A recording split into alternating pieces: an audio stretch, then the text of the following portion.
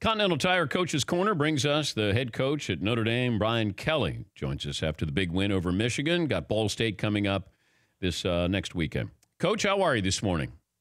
I'm doing great, Dan. Thanks for having me on. Do you follow the NFL? I do. What do you watch? Who do you watch?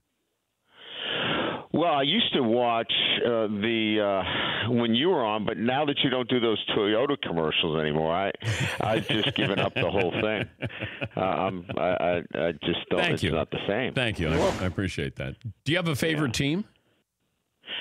Well, I'm originally from Boston, Massachusetts, so when I grew up, I was a Patriots fan.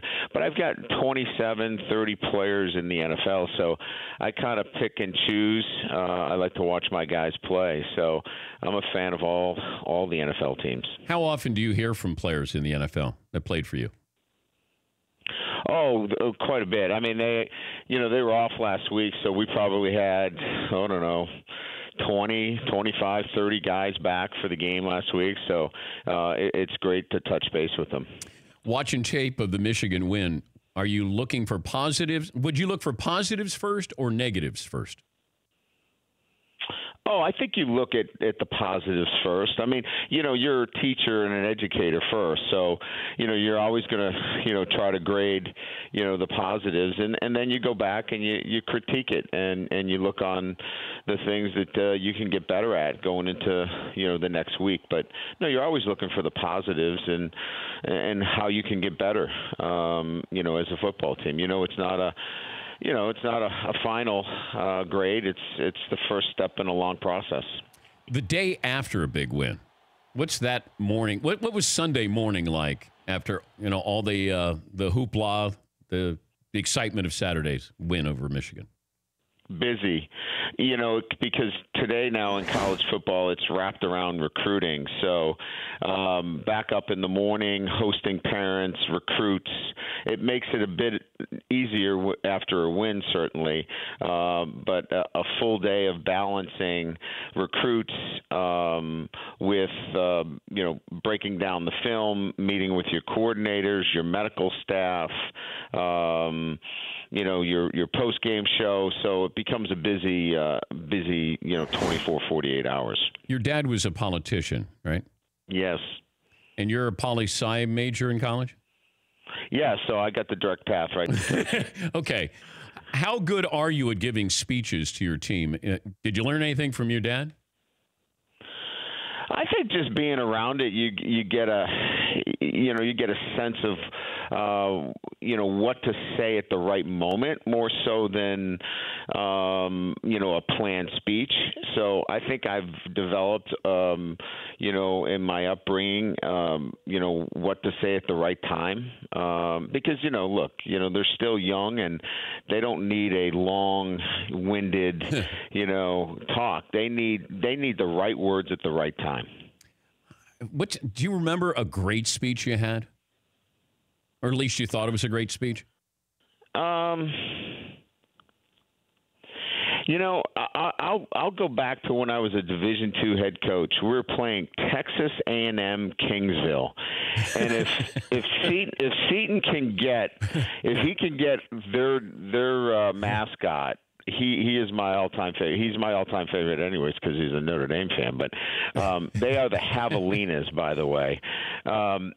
We were playing Texas A&M Kingsville when I was at Grand Valley State, and we were on the practice field right next to them, and they were out of their locker room, cursing us out. We were going to kick your butt, you Yankees from the north. Whoa. And yeah, it was getting pretty heated, and I went up to the team, pulled them together, and I said, listen, they're scared of you. That's why they're out here. And it just hit at the moment. We went out the next day and we beat them 35-7. So, just those timely kind of things that I didn't know they were scared because they looked pretty big and mean to me. But it worked. They believed it. And sometimes, you take those shots and they work. And in that instance, it did. So sometimes your talks really have to be edgy, and sometimes they work, sometimes they don't.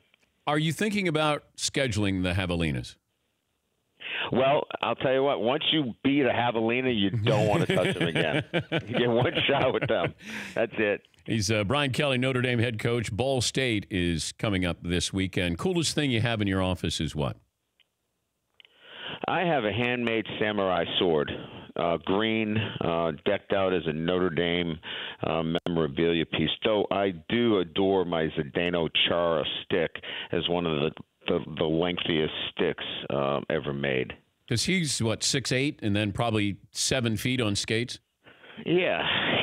But as I look around, my surfboard's pretty good because there's not a lot of surfers here in South Bend. Who gave you the surfboard? The alumni club from the Southern California Alumni Club of Notre Dame. Oh, all right. Well, that's good. Yeah. Yeah. You got to keep it eclectic here in South Bend. So the samurai sword really works good with the surfboard and the Zdeno Chara hockey stick. Continental Tire Coaches Corner, bringing us Brian Kelly, Notre Dame head coach. I'm curious about when you have that big win and everybody always expects, or you have to remind your team, hey, take Ball State as serious as you did Michigan here, but you know that the kids, no matter what you say, it doesn't always resonate. So how does it work on your end to let them know, do not have a letdown?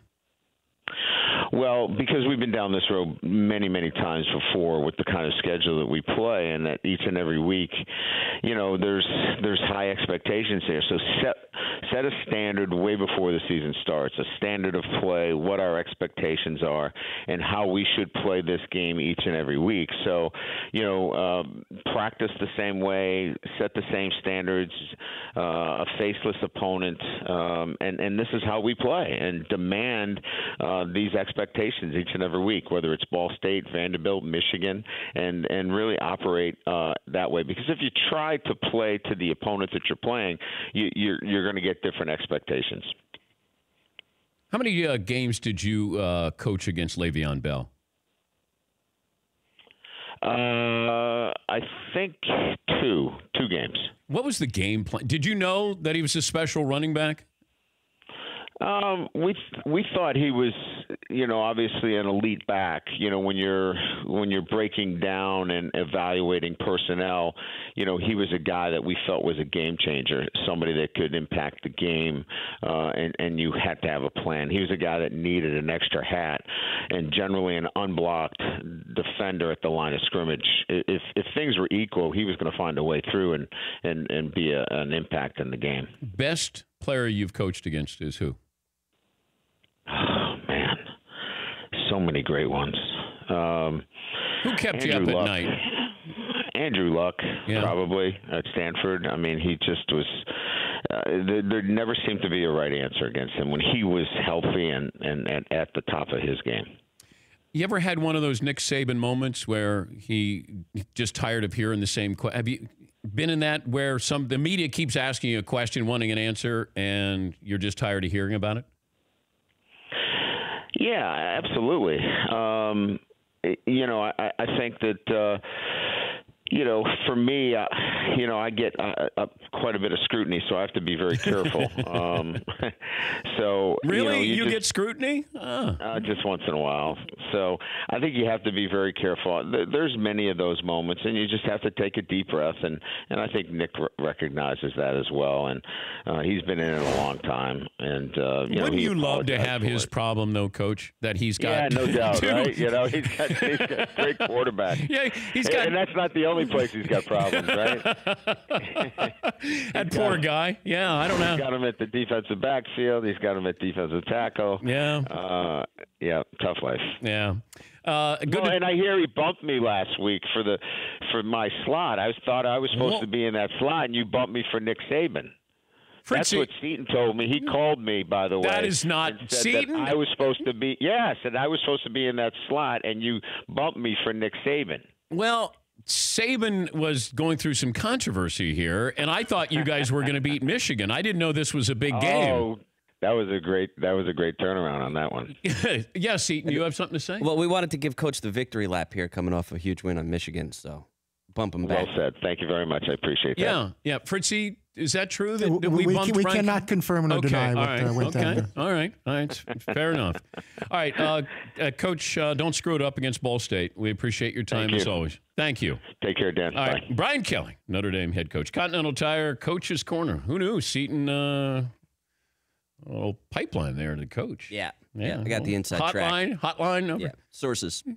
Is there a green phone that rings when you call? It's gold. It's not the red. Oh, it's gold. It's gold. Oh, whoa. Yeah, it's like a golden dome kind of. Like it's real gold. Yeah, actual 24. Wow, Continental Tire Coaches Corner.